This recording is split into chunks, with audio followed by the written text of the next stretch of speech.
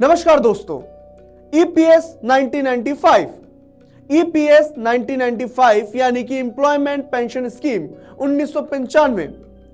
ये जो pension scheme थी जिसके तहत आज भी हमारे देश के अंदर, हमारे देश के हर एक राज्य कह लीजिए, हर एक बुजुर्ग कह लीजिए, जो रोड पर आ जाते हैं, वो धरना प्रदर्शन करते हैं, वो धरना देते हैं कि जब हमसे तो पैसा काटा गया, पेंशन के पैसे काटे गए, लेकिन पेंशन, हमें पेंशन के नाम पर, न्यूनतम पेंशन के नाम पर हमें क्या मिल रहा है? हमें मिल रहा है 1000 रुपए, 1000 रुपए। और उसके बाद भी क्योंकि हमें पेंशन धारक है, हमें पेंशन मिल रहा है, तो उसके बाद भी कोई सरकारी सुविधा हमें नहीं मिल रही है क्योंकि पेंशन धारकों को नहीं मिलती है। तो इसीलिए जो 1000 रुपए है, इन पेंशन धारकों को हमेशा से मांग रहा है कि जो 1000 रुपए है वो सबसे ज्यादा कम रुपए है, वो न्यूनतम रुपए है। और 1000 रुपए में कुछ नहीं होने वाला।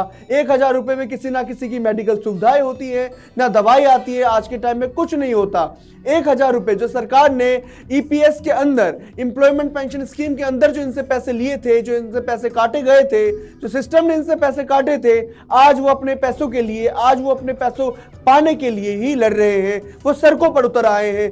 हर एक राज्य में विरोध प्रदर्शन ये कहीं ना कहीं करते रहते हैं। हमने सोचा कि क्यों आपसे ईपीएस 1995 का जिक्र कर लिया जाए, जिसमें ये इतनी परेशान है, ये जनता जी, ईपीएस के जो पेंशन धारक है वो इतने परेशान है, वो बूढ़े बुजुर्ग जो कि रोड पे आते हैं बार बार और वो कहते हैं कि हमारा जो पेंशन था वो मूल ही, अगर सिस्टम हमें मूल ही लौटा देती है तो मूल से ही हमारा गुजारा हो जाएगा। वो मांग करते हैं कि न्यूनतम पेंशन जो है 7500 रुपए हमारा होना चाहिए, 7500 रुपए तो बनता ही है। उसको लेकर के ये जो है हमेशा विरोध प्रदर्शन करते हैं और हमेशा हमने देखा कि उनको जो है रोड पे उतर जाते हैं विरोध प्रदर्शन करने के लिए, क्योंकि इनका कहना है कि जो 1000 रुपए अभी हमें मिल रहा है उस 1000 रुपए में कुछ नहीं होने वाला, क्योंकि 1000 रुपए बहुत कम है। और 1000 रुपए के अंदर तो आज के टाइम में दवाई भी नहीं आता, 1000 रुपए के अंदर तो दूध भी नहीं आता महीने का। तो 1000 रुपए के अंदर कैसे एक आदमी गुजारा कर सकता है, कैसे अपने पेंशन से वो 1000 रुपए में गुजारा कर सकता है? इसको लेकर के हर एक राज्य में जो है विरोध प्रदर्शन हमें देखने को मिलता ही रहता है। दिल्ली में भी तमाम विरोध प्रदर्शन देखने को मिलता है। अशोक रावत जो है कमांडर, वो इसका नेतृत्व करते रहते हैं हमेशा से, क्योंकि ये जो पेंशन स्कीम है, ये लोगों को बहुत आश था इसके लिए, इसको लेकर के बहुत आशा से भरे हुए थे लोग कि कहीं ना कहीं जो पेंशन कट रहा है वो पेंशन इनको मिलेगा, लेकिन ऐसा बिल्कुल नहीं हुआ।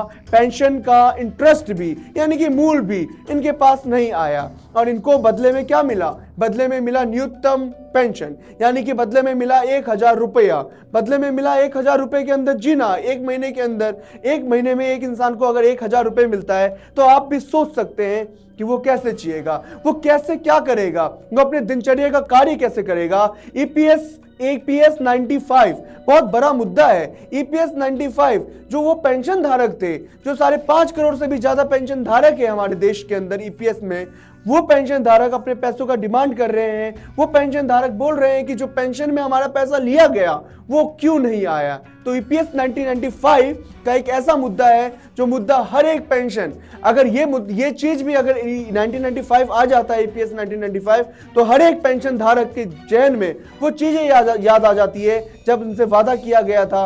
हर सरकार वादा कर रही है इनसे, लेकिन कोई भी इसको ईपीएस 1995 पेंशन धारकों को पेंशन के लिए आश्वासन मिलता रहता है, लेकिन आज तक इनका कोई भी कुछ नहीं हो पाया, उद्धार नहीं हो पाया। हमने भी सोचा क्यों ना बेबाक के दर्शकों से ये शेयर किया जाए ईपीएस 1995 को लेकर के देश में माहौल कैसा है, क्योंकि हमारा बेबाक, हमारा चैनल हमेशा से इस चीज को दिखाता आ रहा है, हमेशा से उन पेंशन धारकों के साथ बना हुआ है। शुरू से लेकर के अंत तक हम उन पेंशन धारकों के साथ बने हुए हैं, हमारा चैनल उनके साथ बना हुआ है।